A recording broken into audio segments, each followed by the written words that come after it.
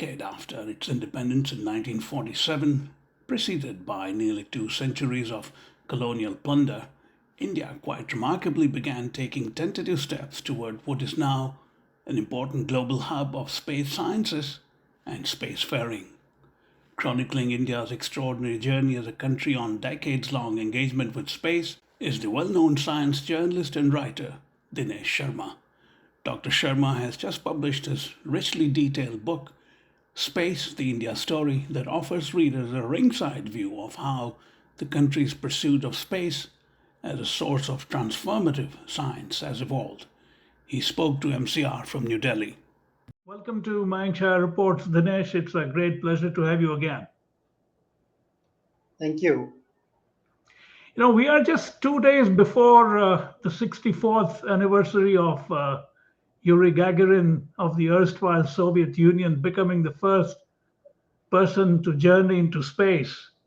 You, quite like me, are a child of the beginning of the space era. I was born in 1961, so I'm quite familiar with that era.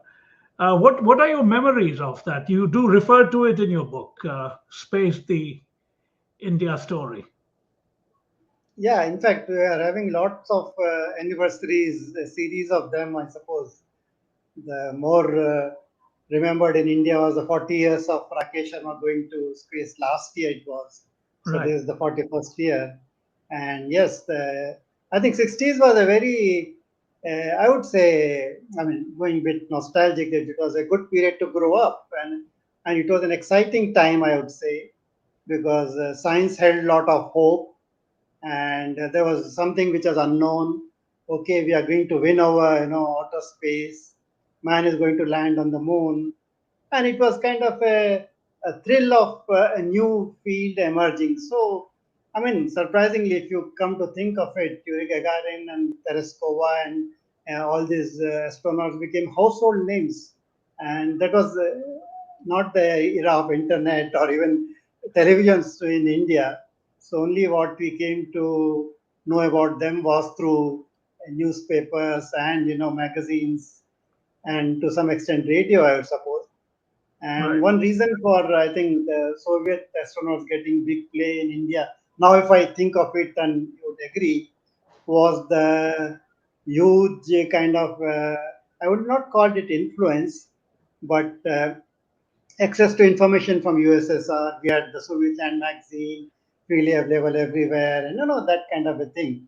So people are more tuned to that, and there were graphic accounts in the magazine of how this happened and about their lives and all that. So I think that was pretty exciting time to remember, both from the point of view of exploring a new horizon, a new field opening. And there were also, I remember, a number of debates whether science is a boon, that kind of school Right. debates used to happen, that can it solve all our problems, and should man be really going and winning over the outer planets? Is there life, in other places?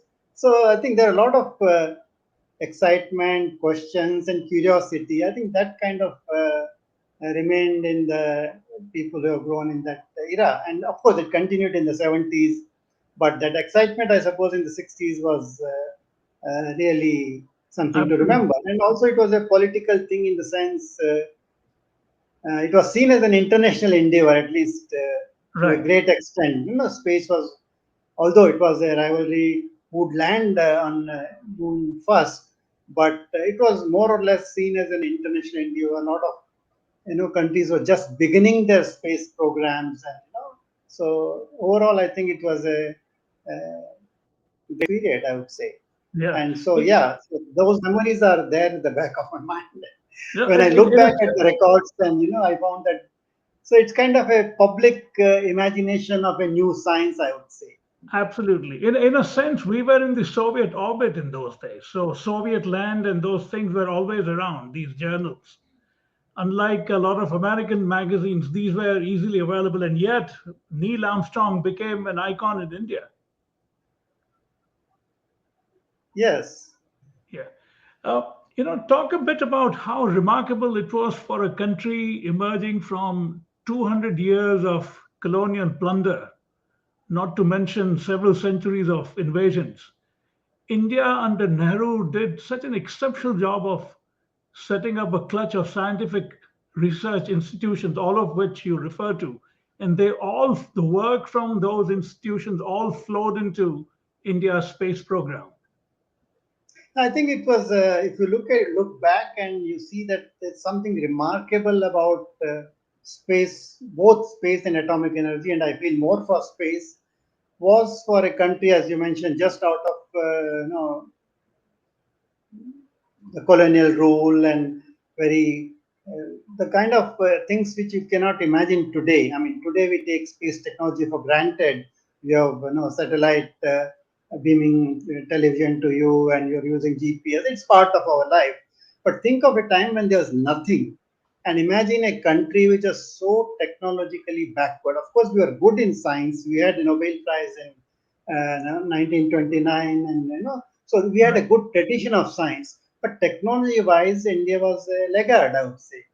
I mean, even basic infrastructure, basic use of technology. For example, the whole country had just a few lakhs of phones. So, very rudimentary, basic infrastructure was not there. Use of technology was not there, and scientific institutions were just being built. Of course, universities had some good institutions, but this whole idea of creating national labs, organizing science, that was just beginning. And to think about space, which was again an emerging area in the 50s. Sputnik went up in 1957. People were talking about the possibilities of outer space. So at that time, to think about science itself, forget about for a second space and atomic energy, to think that science can address some of the basic problems. That was a bold vision, I would say, of Nehru and people who surrounded him, the scientific advisors like Bhabha, Mahalanobis, Bhatnagar, and to redirect. Of course, scientists always wanted to do their own work, build their own institutions, and uh, go after scientific pursuits. But to redirect that enthusiasm and energy of doing science to something which can solve your national problems was a grand vision and a bold vision which very few countries saw that. And in fact, if you go back and see Nehru's time, he was mocked in the parliament. He was, criticized outside parliament. There were, cartoons in newspapers drawn that is atomic energy going to solve your problems when you're having bullock carts on roads. So, despite all that, so that was a condition in which we started looking at space and science in general. And of course, the conditions to do science were again very difficult. There was a huge crunch of resources. The nation building was on. The research institutes were set up. Universities or IITs were being set up. So there was a huge crunch on the available resources. So that was one of the reasons that the program became sort of international in its nature from the beginning. You had help coming from America, you had help coming from Russia, USSR. So that was also out of compulsion because we didn't, have that kind of internal resource generation, I would say. Right. So in all this, the difficult circumstances of doing science, we went for it and it was a gamble. And of course, there were a lot of hurdles which we can talk about Right. as Sure. we proceed. But the whole idea that space and science and atomic energy could solve. I mean, imagine Baba convincing Nehru for grants, saying that one day you are going to have atomic energy solve your electricity problem. So that was the promise of science, and many of that has been delivered. If you think of Absolutely. the kind of space, the contribution of space technology to various sectors in India today is tremendous. But that vision was there, and that's how we began. And to translate that, we had taken a number of steps. Right. In the specific context of space, you write about Lloyd Berkner, an American physicist who was behind the idea of the International Geophysical Year, IGY, who met Prime Minister Nehru in January 1957, barely 10 years Yes, after independence, yeah, reflecting the importance of India's participation in it. Tell me a little bit more about that. That's fascinating. Yeah, because see, if you think about, of course, Nehru had that vision, and he was directly overseeing the work of the scientific Department of Scientific Research at that Ministry of Scientific Research. It was part of Education, Scientific Research, and Culture. So he was the minister in charge. And besides being the administrative head, he keenly took interest in the specifics of the program, like appointment of new directors, what are the international programs India is going to participate. Then Mahalanobis used to send him list of foreign scientists who could be invited to India to on lecture tours, the science congress sessions, who all could come. So in that context, he met the founders of the International Geophysical Year. So it was seen as India's participation in a big upcoming program. Of course, nobody thought that it will ultimately lead to India becoming a part of the processes. So I think when we talk about scientific research, it's also the processes. I think that's what fascinates me as a writer on science and technology policy and Right. history in India. That of course we all remember 15th August 1969 as the starting date of ISRO. But the processes which went behind that, it goes back to 57 and even before that.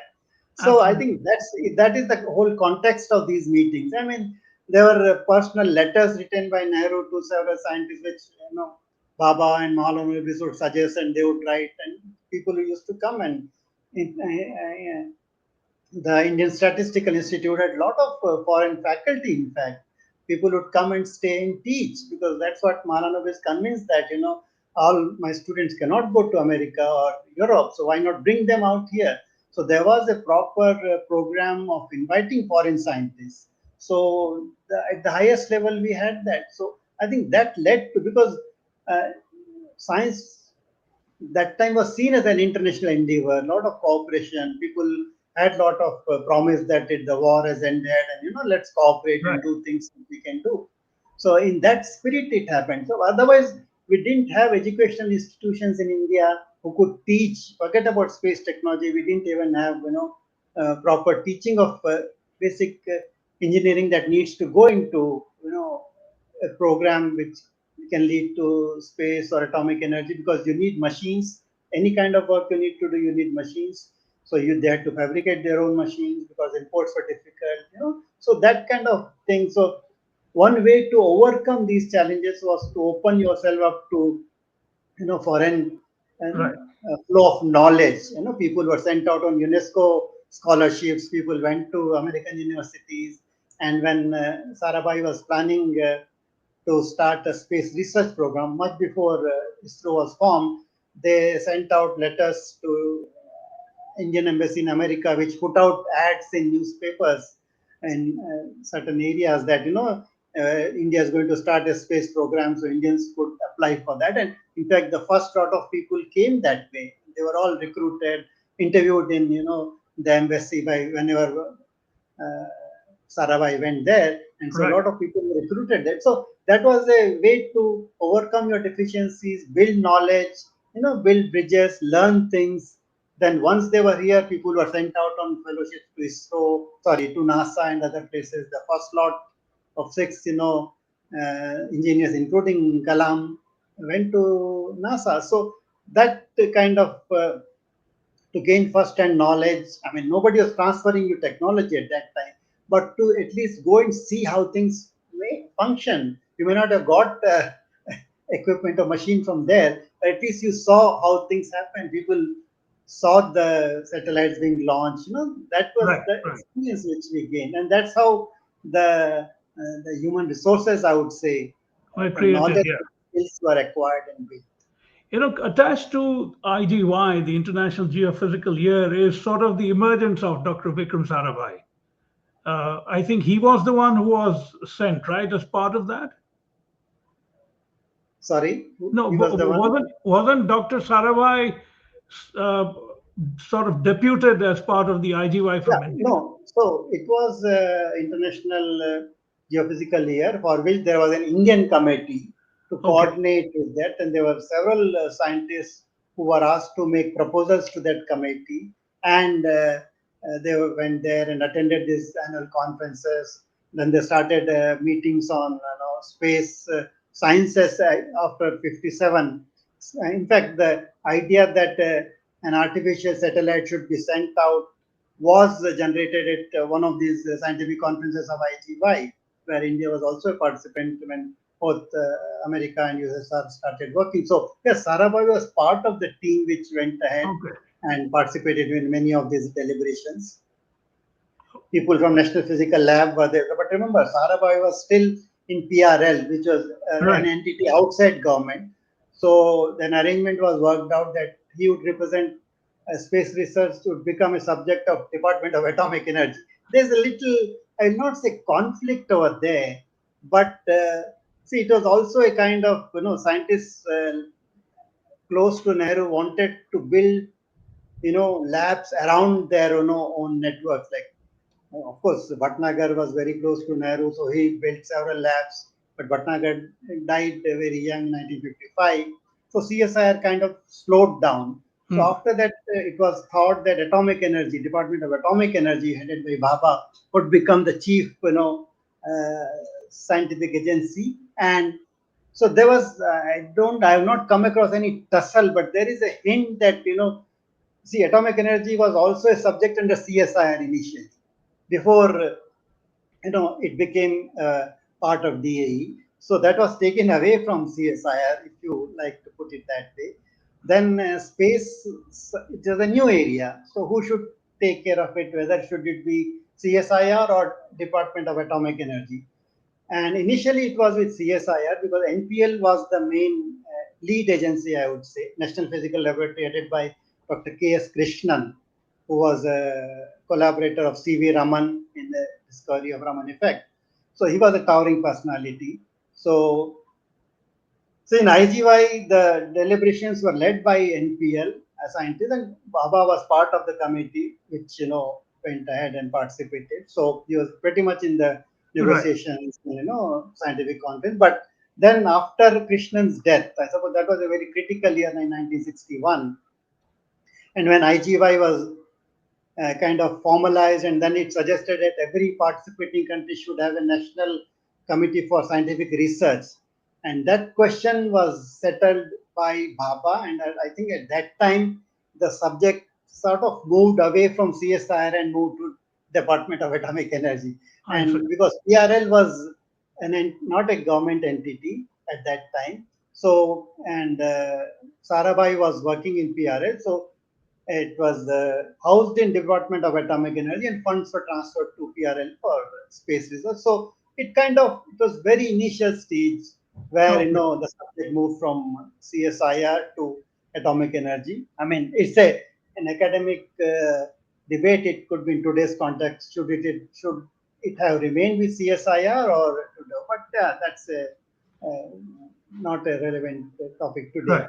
Right. But yeah, Yeah. then it moved to, and the committee was housed in Department of Atomic Energy, and ISRO was also formed in 1969 as a unit of atomic energy. It didn't have a separate budget for a couple of years, and only after 71 it became an independent department. Right. You made a reference to resources crunch. There is an interesting aside to it in your book. You talk about two of Henri Cartier-Bresson's photographs, which went on to become iconic. One showing scientist C.R. Satyu carrying a rocket cone on his bicycle, which was, I mean, I have that image in front of me. It was quite Yes. remarkable. And the other was two scientists sitting on the floor, one of whom was wearing his vest because it was so damn hot, and that Yeah. happened to be Dr. APJ Abdul Kalam. So resources crunch were manifest across the board. It looks funny now, but I'm sure it was a great challenge for them. Yes, absolutely. I think it was as I said, the funds were flowing from Department of Atomic Energy, and there were several, one of the reasons which Baba wanted to be away from Delhi and have the department, it was the first government of India department to be set up outside Delhi, was to be away from the bureaucracy. So of course, still bureaucracy could create hurdles. So there were issues with funding, there were issues you have to justify, and how to get go ahead, and things like that.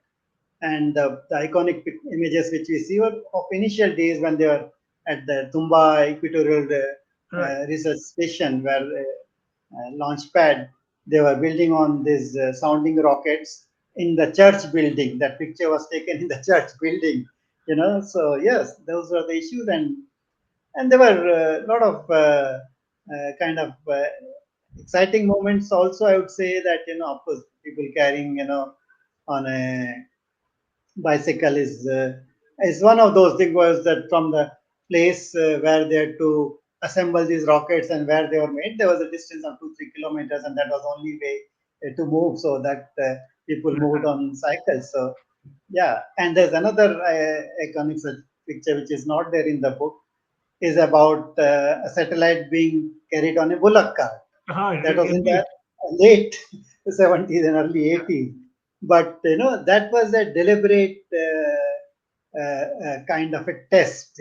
Right. See, they had to do certain test in an electromagnetic free environment, and to create that kind of facility in India would have cost millions of dollars, or to take the satellites to the facility wherever it would have been cost much more, and it would have taken a lot of time.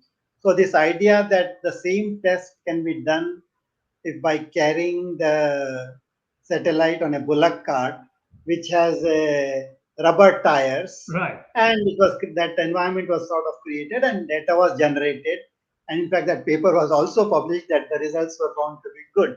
So that refers to kind of a frugal way of doing things. Absolutely. Yeah, so they could have thrown their hands and saying that, okay, unless we have this great facility for $3 million, we are not going to do that. But yeah, that so because the program was born out of from scratch, and people Right. are doing things with their own hands, and getting things done in various ways, they thought of this ingenious solution after say, even 10-15 years of that picture being taken in Yeah. Tumba. So that frugality, I suppose, is a very important way. It is not as if they couldn't afford; it would have taken time, or whatever it is.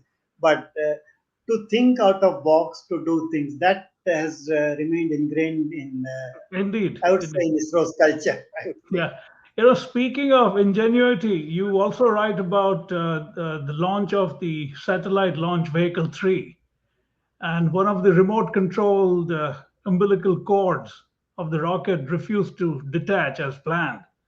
And the countdown was paused, and as a Yes. technician, suddenly Yeah. climbed up the launch tower in defiance of all safety norms, True. and somehow detached the cable in time, and the launch Yes. then went. I mean, it's quite a picture if you look at it. So someone Absolutely. climbing up and detaching the Yeah. cable, really facing sort of mortal danger. Yes. So initial days, of course, all those problems were there, in the sense when you're doing things for the first time, you come across several hurdles, and there are a lot of unknowns. Even today, space is a risky business. So yeah, those chances were taken, but I mean, you can't think of that today because there are a lot of safety Right. norm protocols and all that. But initial days, they could do that, and there was a particular context to doing that, and that mission was crucial, and that also shows Absolutely. the kind of dedication people had, because to launch a complex system is a teamwork, to have a mission, to design a rocket, to get it ready, get it to the launch pad. And there's another team building on the designing of the satellite. There's a third team building on, the controls and navigation and, avionics and things like that. And then somebody is tracking. So it involves several teams, including hundreds and thousands of people. So a technology like space is not a job which a scientist or technologist can sit in his own lab and do with a small team of people. It involves a lot of people. So Right. there are also a lot of chances of things going wrong. So one has to be very sure. So I think that is the process which they learned. SLV-3 was a great, see, rocket, of all the components of the space technology, rocket is the most difficult and most crucial. As you know, if you don't have a rocket, you may have a satellite, but you can't launch it. Right. So, yes. satellite has its role, applications have its role, they are equally important, but most crucial technology is a rocket, and that's where I think ISRO spent almost 10 years from 1971 till SLV went up in 1980. They were working on satellites. Aryabhatta was launched from USSR. They worked on other satellites. They worked, on applications. We had the site Right.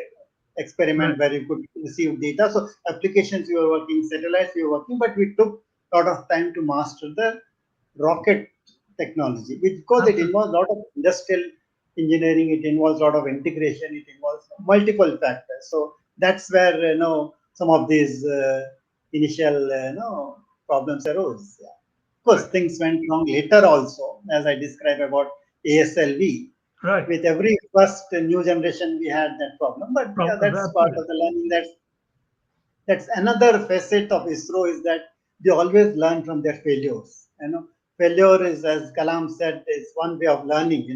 Because you're going to perfect what you're good at by learning from your failure. They have an extensive system of failure analysis. Several teams, discuss. So that is again a part of how ISRO works. So apart from teamwork, they have all these systems which are in place.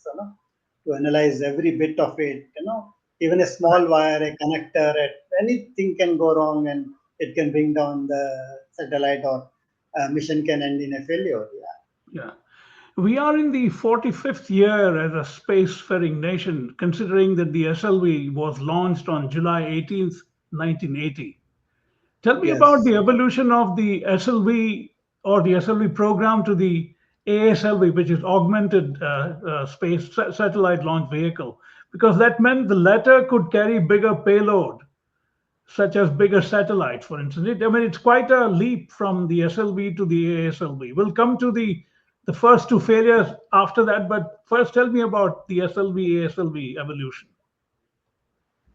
Yeah. SLV to ASLV was an evolution because that was a necessary step they had to do because SLV was, as we know, was an experimental flight, experimental rocket in the sense that it could not carry heavier payloads. The capacity was very low because if you wanted to do anything with communication or remote sensing satellite, you needed a bigger thing. So they put boosters on SLV, and this was tested.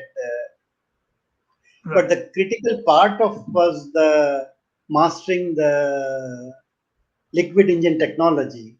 That was critical, which went into uh, making of the future rockets, and that was, see, an important thing to remember with ISRO is that they are working in parallel on different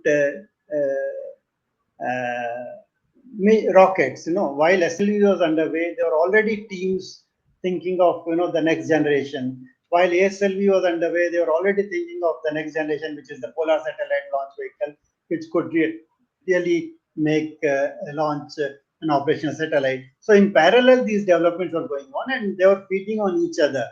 For example, when SLV was developed, there were already teams from India working with the French on the development of the liquid engine, for which went into PSLV. So Right. that way, so technology development went on at different level at different times. So of course, the ultimate aim was to launch operational satellites, which was achieved with PSLV, Yeah. in the As a, 90s. Yeah. yeah. As a science journalist, you were at hand both for the ASLV D1 as well as the ASLV D2, which resulted in failures. In fact, you mentioned the fact that the joke was that always sea living vehicle. Tell me, as a journalist covering the first one and second one, I think the second one had Rajiv Gandhi at hand, right? What was your sense as you saw things take off and then they fail? No, it was of course, I mean, I was very young, and that was one of my first assignments Right, to go to Sriharikota. And I mean, there was a whole drill that you reach Madras, and then from there you're taken in a bus to Sriharikota, which was 100 kilometers away, and then you are there for the launch, and you're put in a control room. And of course, there are not many, restrictions at that time, so we could talk to scientists who were available to comment and all. But as it happens that you're watching away from the, obviously you're not in the control room, but there's a different place where you're seeing it on the screen to go up, and you're listening to the countdown. And of course, it was pretty clear that, I mean, you go out to see from the in the sky with the naked eye also. As soon as it is the countdown is zero, you run out and climb up the stairs and see. So that part was exciting.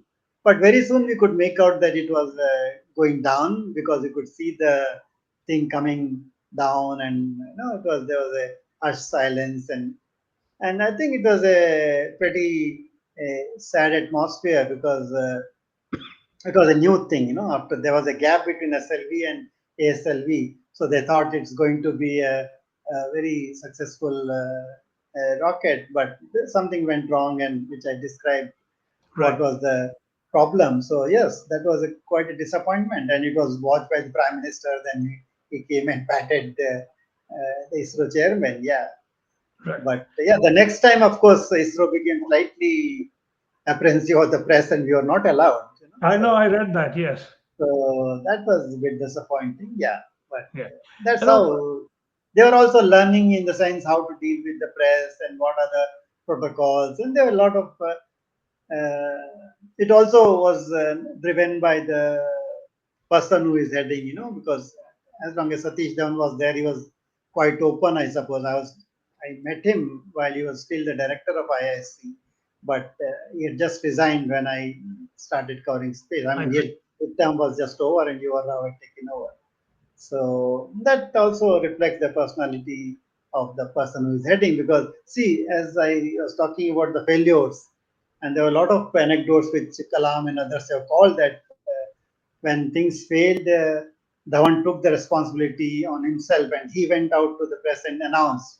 But Right. when it succeeded, SLV, he put the project leader, which was Kalam, in front, and he allowed him to take the limelight. So that also reflects the kind of sagacity of the leadership which we had in the scientific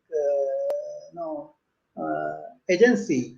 So it also reflects the kind of equations which people had, because when Kalam was made, they were not very murmurs, but because he was junior to several other Right. scientists when he was made the project director, but still everybody cooperated. But so when it succeeded, Satish Dhawan put him in front and let him take all the credit, which I think Kalam has recalled in the whole incident in his Yeah. autobiography. So yeah, they were learning to live, learning to deal with press, the public image, and all those political fallout. So for some time, there's Janta government was there, so there was a kind of crunch on program, some temporarily, yeah.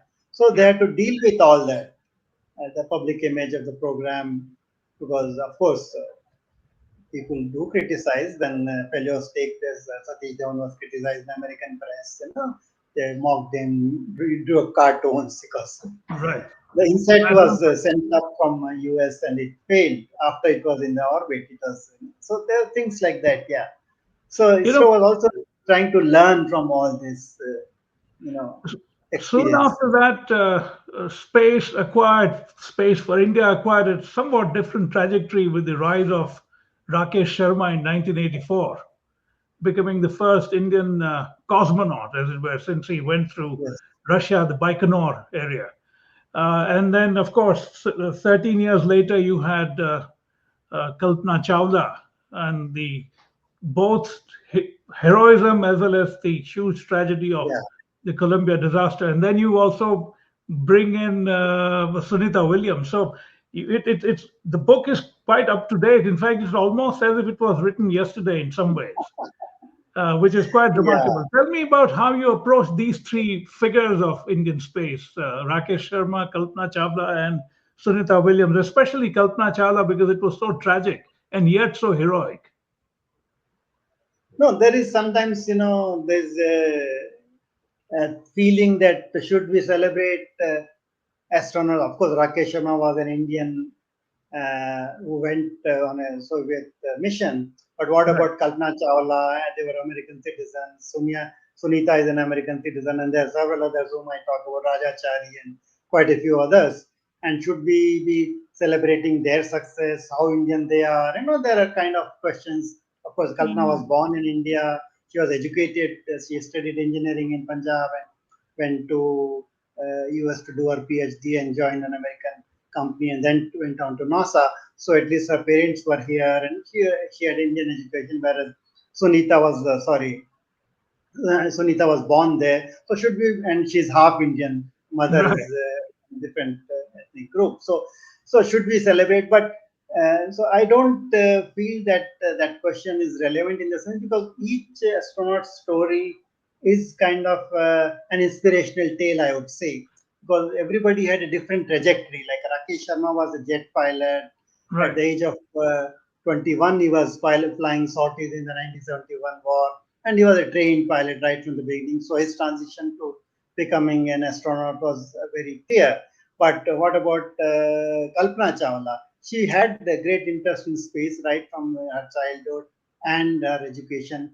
But then she went on to do a PhD. So she became an academic and then applied for a job. And then when the applications were called for NASA to become astronaut, she did apply and she got selected. So her path is totally different. What are the motivational factors for her? Again, Exactly. like Sonitya's story is totally different again. I So mean, I think each astronaut story has something for people to get interested in science and engineering and absolutely. technology, and individual stories of perseverance and to pursue your goals. So I think from that point of view, whether they are Indian or half Indian or it doesn't matter, I think that's what those stories need to be told. So from that point of view, I've included these stories. So, and of course, they are connected with the larger discourse of the missions in which they went out, the geopolitics of all that, the technological development of International Space Station, how this whole scenario has been changing. Right. So through those the stories of these people have tried to bring in the context, which gives a bigger picture, I would say.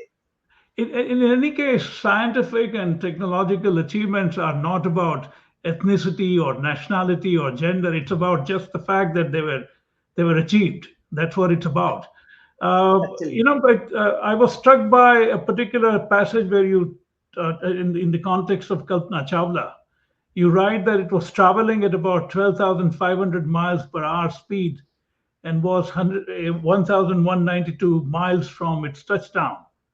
That's when things begin to unravel. At 9:20, you write the mission control declared a contingency and a loss of communication, and then the Columbia disaster happened. It was quite in a tragic sense. It was quite a spectacle because a lot of people saw it. Uh, that, yeah, go ahead. yeah, absolutely. I think that's where the uh, the story tells us something that how first mission was very successful and the second mission this happened and things were going on very well.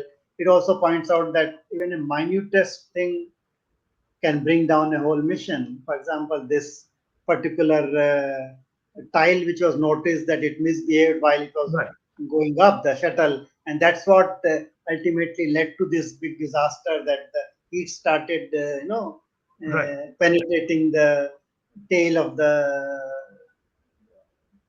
shuttle, and that's how this whole thing developed. So one cannot overlook, and of course, it points out to the not that it was a deliberate thing or it was, but it was a small thing which led to a big disaster. So the risk of space missions is there again, time and again. It's been established with the most recent with Sunita Williams' story also.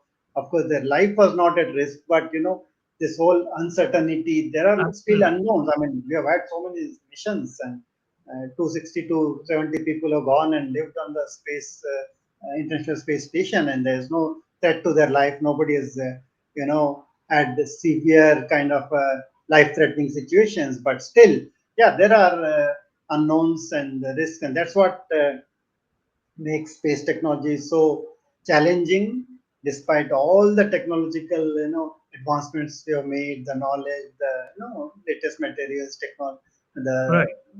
ways to monitor. making the space the modules more habitable. I mean, earlier modules. There are a lot of comparisons. People have studied that how Russians used to take and how cramped they would be, and in fact.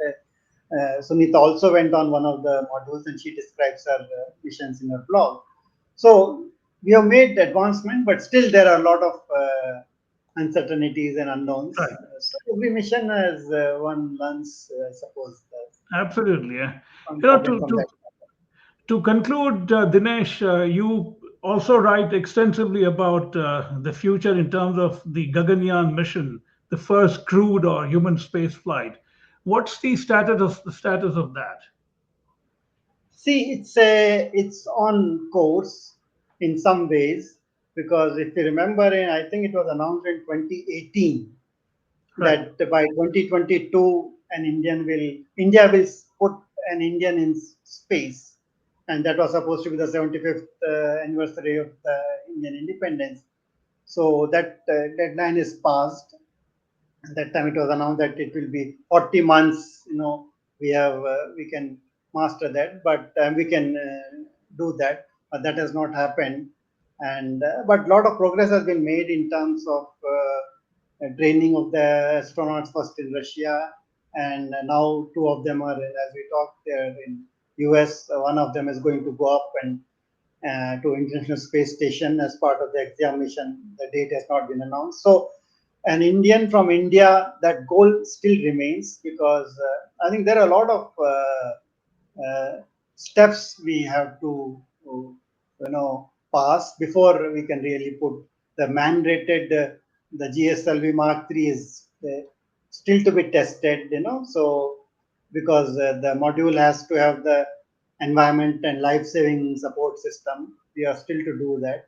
The Right. training part has been done. I mean, everything you can't do here, but training has been done in Russia and now in America. But yeah, so I don't. I mean, ISRO has not given a date as when Gaganyaan is going to go up with an Indian.